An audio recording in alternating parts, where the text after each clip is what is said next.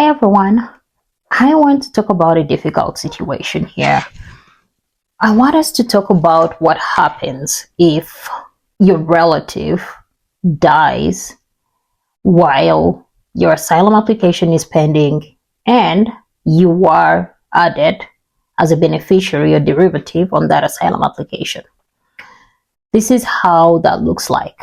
So say your parent filed for an asylum application and you were listed as a derivative on that asylum application, or spouse files an asylum application and you were listed and added as a derivative on that asylum application. Now we're assuming everyone involved is in the US. What happens if that main applicant or the asylum applicant dies?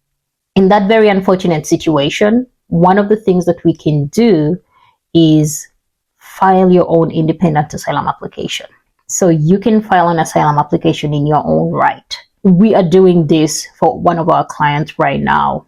And one of the things that was bothering them, that worried them the most about this was they were asking me about the 1-year filing deadline, because the original asylum application was filed all the way in 2020. 6 years later, the relative dies. So what happens to the 1-year filing deadline? Because they entered in 2020 and filed for asylum immediately.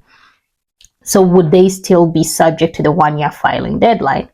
And we could try in that situation and request for an exception to the 1-year filing deadline, because it's not their fault that their relative died. It's a very unfortunate situation. And we could try and request for an exception to the 1-year filing deadline.